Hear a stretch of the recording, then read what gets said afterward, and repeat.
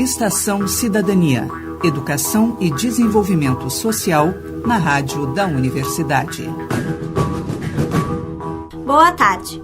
Começa agora o Estação Cidadania, uma realização do DEDES, Departamento de Educação e Desenvolvimento Social da Pró-Reitoria de Extensão da URGS, que está toda quinta-feira, à 13h, aqui na Rádio da Universidade.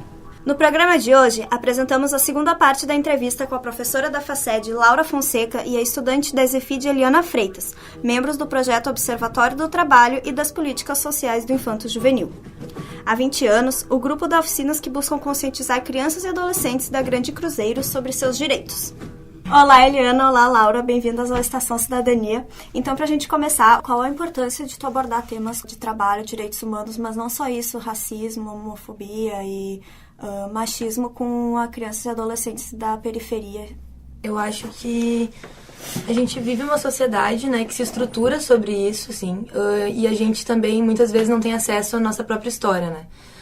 Eu estudei em escola pública a vida toda, vim da periferia, e o que acontece lá é que a gente ouve uma história contada por quem veio aqui, explorou o país, né, colonizou, escravizou pessoas, sequestrou pessoas. Então eu vejo que é uma necessidade bem importante mesmo, já que até na escola a gente não tem acesso a esses conteúdos, né?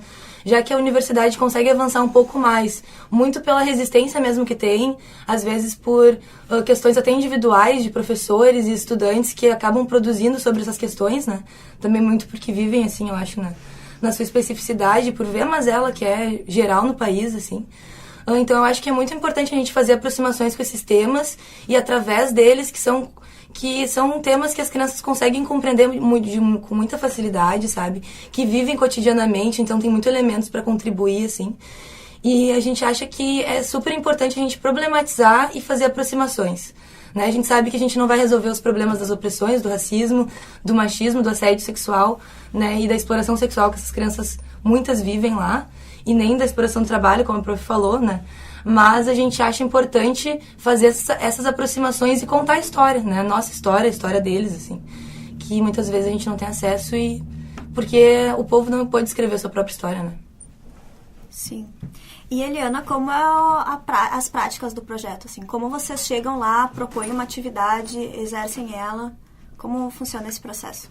A gente tem reuniões do grupo entre todas essas... A prof falou, né, do guarda-chuva, né? São várias áreas, assim, que a gente tenta articular. Então, a gente tem as reuniões uma vez por semana, onde juntos a gente articula tudo que a gente estuda e as coisas que a gente vê no campo, assim, e a gente faz um projeto, né? A gente pensa quais são as demandas, qual é a nossa centralidade. Por exemplo, esse ano a gente está trabalhando os direitos da criança e do adolescente, porque vai ter a conferência, né? Está tendo, na verdade, as fases da conferência, a conferência municipal, a pré-conferência e tudo mais. Então, a gente achou que era importante dar centralidade para isso. Então, esse é o projeto. Então, a gente pensa oficinas para tentar, e temas, né, que a gente consiga ir fazendo aproximações com esse tema mais específico, assim. E a cada semana a gente volta e reavalia, assim. A gente tem o diário de campo também, onde a gente anota, né, tudo que a gente tem lá no dia a dia, assim. E aí a gente sempre vai reavaliando. A gente costuma ter oficinas de cartazes, onde a gente faz rodas de conversa e depois expressa ali tudo que foi conversado. A gente tem oficinas práticas também, né? Porque somos de várias áreas, assim, né? Tem estudantes de história, de geografia, de educação física agora nesse momento. E a gente consegue utilizar, né, os diversos conhecimentos que a gente acaba tendo, mais pelas experiências mesmo, assim. E faz pega-pega. Tem o Capitão do Mato, por exemplo, que a gente consegue fazer a problematização com o racismo e a história da escravização no nosso país. Tem vários tipos de oficina, assim, construção de músicas, construção de poesia. Tem uma que é Eu Protesto, então eles escrevem o que eles acham que está errado e tem que mudar, assim. É assim, vai sendo assim. E a gente também faz avaliações com ele, né? O que a gente vê que não dá certo ali, na prática, a gente também sempre tenta mudar, assim. E acontece de vocês verem, por exemplo, que vocês pegam uma turma de criança que fazem piadas racistas. Daí vocês trabalham isso em cima, assim, vocês observam a turma e depois propõem as atividades, como é que é? Ou vocês chegam lá com uma ideia mais ou menos do que vão querer fazer?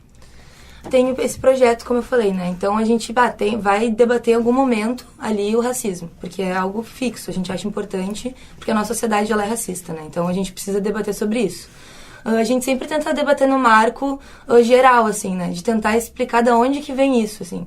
tentar juntos construir isso também, que a gente perceba juntos da onde que vem e por que a gente reproduz, né? Tentar tirar a questão da Igreja Católica, né? Da influência da Igreja Católica, da culpa, da criminalização também, como a justiça burguesa do nosso país faz também. A gente tenta sempre não criminalizar quem reproduz e aí tentar juntos ver por que a gente reproduz essas coisas, né? E tentar, ao mesmo tempo, se conscientizar de como aquilo afeta as pessoas ao nosso redor e como isso também tem influência para a exploração do trabalho, né? Para todas essas condições que a gente vem sofrendo. E juntos a gente vai conversando, assim, né? Nada pronto, nenhuma solução. Sim.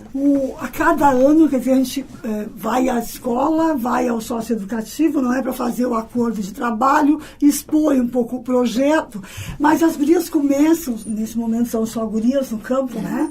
As gurias começam sempre o ano com uma ideia de observação participante. Então, elas ficam na turma durante o primeiro mês, mais ou menos isso, observando e também interagindo, que é uma maneira também de enxergar que turma é essa, né? Agora, sim, essas questões são rotineiras porque são da sociedade, são da estrutura social que a gente vive, né? E claro, já dissemos as duas, né? Não entendemos que a universidade vai terminar com essas questões, mas tem um papel de produzir conhecimento nessa perspectiva. E esse conhecimento já ser no diálogo, né, com a experiência nossa, com a teoria nossa, mas também com a experiência, com a teoria desses trabalhadores, dessas crianças e adolescentes. Que vida tem, não é? Para que a gente possa pensar juntos a partir daí. Porque, enfim, por mais que a gente possa ter uma história mais perto ou mais longe da periferia, o fato é que Buena tem experiências particulares de cada comunidade, não é? De cada escola, e que é importante a gente estar junto, escutar, e dialogar e produzir a partir daí, não é? Que as nossas oficinas não sejam uma forma de esgarçar o trabalho nem no socioeducativo e nem na escola, né? Claro, para a gente, gurias jovens, enfim, estudiosas e militantes desses temas, né? Às vezes tem uma facilidade maior do que alguns profs e alguns educadores, também porque é diferente, elas vão lá uma vez, não é, 2 por semana, trabalham um turno meio turno numa turma, meio na outra, não tem a rotina de trabalho intensificado, né? Temos essa possibilidade de juntas uma vez por semana, não é? Discutir o que foi feito, construir novas alternativas, pensar juntas os problemas, não é? Olha, tal criança, tal postura, enfim. A escola, as profs da rotina da escola não tem mais esse tempo, como da educação social, não é? O tempo de planejamento, isso está cada vez mais suspenso. Essa possibilidade, tanto para a gente como trabalhadora na universidade, como para os estudantes, de um processo de formação e trabalho articulando a pesquisa, o ensino e a extensão é muito rico. Essa é uma diferença, do meu ponto de vista, essencial nas universidades públicas. E nós não podemos perder isso de jeito algum, né? Que está associada à nossa dedicação exclusiva, que está associada à possibilidade das bolsas estudantis, né? Porque imagina tu fazer um curso, a Eli diz um pouco isso no vídeo, né?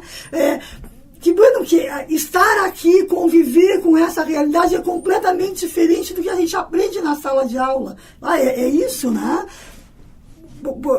E não são coisas assim, que se apartam, pelo contrário, que somam, não é?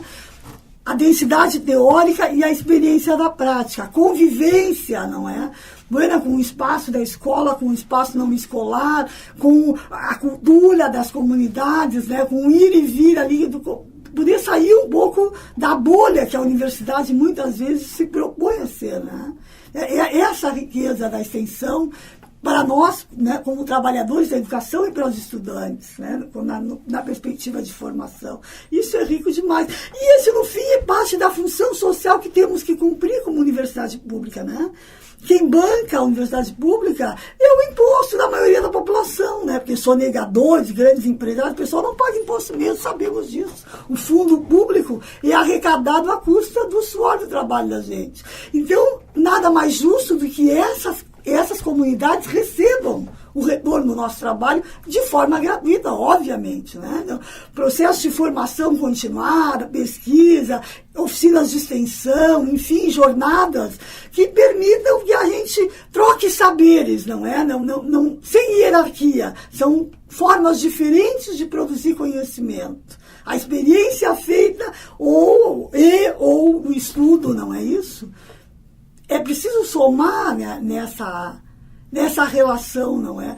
Para nos armarmos, para que também trabalhadores e trabalhadoras possam se armar na teoria para enfrentar a realidade da vida. Que é muito difícil, né? Trabalhar esses temas que são difíceis, não é? É uma forma de contribuir também, né, com as profs, com os educadores, mas com a questão social, quer dizer, precisamos superar machismo, racismo, LGBTfobia, xenofobia, não é? O capacitismo, todas as formas de opressão. Não é possível que a gente não consiga, como humanidade, avançar nisso, né? Estamos falando de direitos humanos já, não são sociais, não são trabalhistas, não é? É a desumanização da sociedade, isso que a gente está vivendo, né? E aí me parece que temos como universidade um papel a cumprir aí para ajudar, né?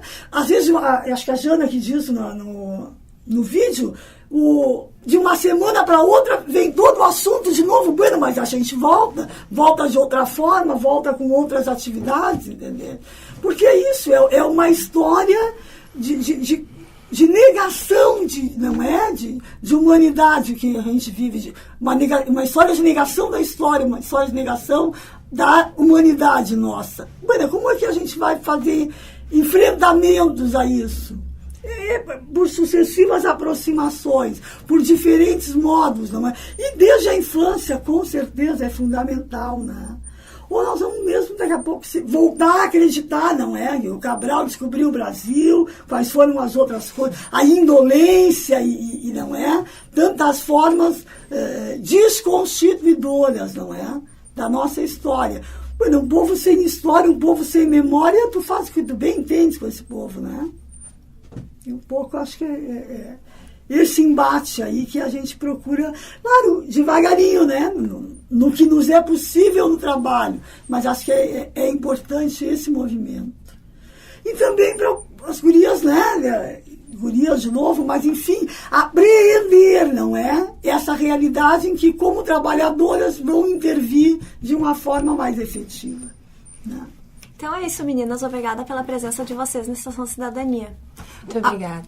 Agradecemos, né? Então é isso. O Estação Cidadania fica por aqui.